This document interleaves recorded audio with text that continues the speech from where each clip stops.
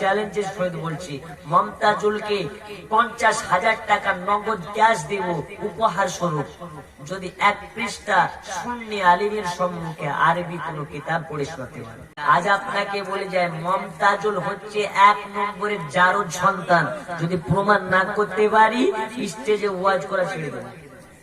দিনাজপুর, উত্তর দিনাজপুরে কলকাতা এলাকা থেকে একটা বক্তা আসে, ওর নাম হচ্ছে মমতাজুল। কি নাম? ইউটিউবে দেখেন না, মমতাজুল। আপনাকে দায়িত্ব সহিত বলছি, এই মমতাজুল নামক বক্তা কোনদিন মাদ্রাসায় পড়েনি, একজন জাহিরে মুরাক্কাব, পিওর মূর্খ।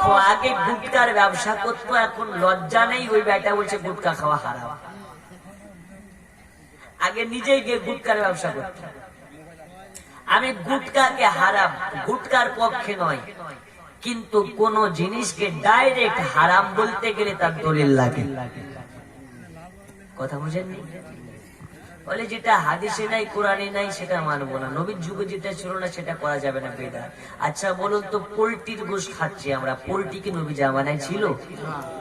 আর একটু জোরে ছিল? এখন আমরা উন্নত মানের খাবার খাই, নতুন নতুন খাবার খাই। এখন নবীর যুগ তো নবীর যুগ, স্টেজে অনেক বয়স্ক মানুষ আছে, এদেরকে যদি কিছু খাবার বলা যায় বর্তমান সময়ে, এরাও জানে না। এই জানে? এই জন্য বলুন জানে। আচ্ছা বলে এদেরকে যদি জিজ্ঞেস করা হয় নতুন নতুন খাবার যেটা রেস্টুরেন্টে এখন আমরা খাই দেখি, এরা চোখেও দেখেনি, নামও শুনেনি। এদেরকে যদি দেওয়া যায় তো বলে পাখির গু খাইয়ে দিচ্ছে মনে হয়। নবীর যুগে পোল্ট্রি ছিল না, ওই ভণ্ড মমতাজুল খাই না খাই, ওর ফ্যামিলিতে খায়, ওর বাড়িতে খায়, সবাই খায়।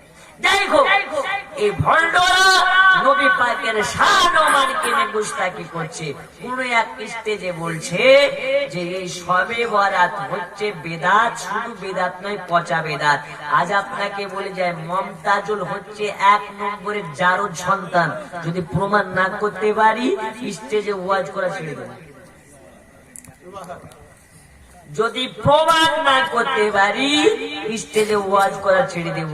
কারণ নবীর শান ও মানকে নিয়ে যারা গোস্তাখি কথা বলে, এরা হারাম বাপের হারাম সন্তান নয়, এরা একটা হারাম বাপের হারাম সন্তান। নবীর গোস্তাখির সাথে আমাদের কোনো লেনা দেনা নেই। তো দেখুন, এ মমতাজুল নামক বাটফার আহলে সুন্নাত ওয়াল জামাতকে কটূক্ষ করে কথাবার্তা বলে।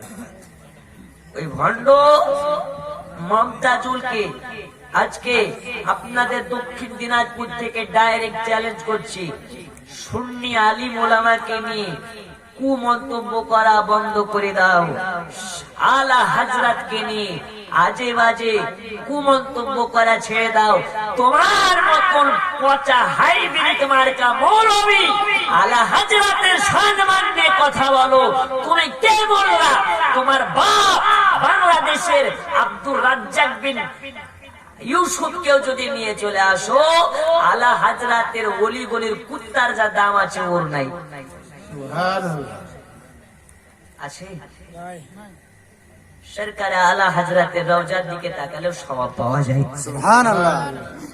কারণ আল্লাহর ওলিদের দিকে তাকালে সওয়াব হয় না গুনাহ হয়। আর তোমাদের বাপ কাজ্জাবের চেহারাটা দেখে ইবলিশের বাপটাই মনে হয়, মনে হয় না? আর এই যে মালদার ওই পাটটাই চাপাই নবাবগঞ্জ, ওই চাপাই নবাবগঞ্জের মাল বুঝতে পারছেন, ওই চেহারাটা একদম ডাকু, ডাকাতের সর্দার। আর ওদের ফলো করে এরা ইরফানি বলেন, আর ফুরকানি বলেন, মমতাজুল বলে না যাই বলে। এ মমতাজুল হচ্ছে ওর দেখে দেখে ওয়াজ করে। আপনাকে আজকে চ্যালেঞ্জের সহিত বলছি, মমতাজুলকে 50,000 টাকা নগদ ক্যাশ দেব উপহার স্বরূপ যদি এক পৃষ্ঠা সুন্নি আলিমের সম্মুখে আরবি কোন কিতাব পড়ে শোনাতে পারে। জাহাঙ্গীর মিয়া রানীপুর থেকে এক তোয়ালি লাল বালি। আলহামদুলিল্লাহ বলুন আলহামদুলিল্লাহ।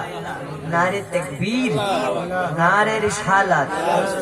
এই ভণ্ড মমতাজুল বলছি কোন আলা হযরত, আলা হযরত মাজার চলবে না, সবগুলোকে সাইজ করে দেব। তুই বেটা কে রে আলা হযরতকে সাইজ করতে আসবি? বেটা একবার আয় আমার সঙ্গে ময়দানে বস, তোকে পায়ের তলা থেকে নিয়ে তোর মাথার চুল পর্যন্ত যদি সাইজ না করতে পারি তো আমার নাম আবু তাহির না।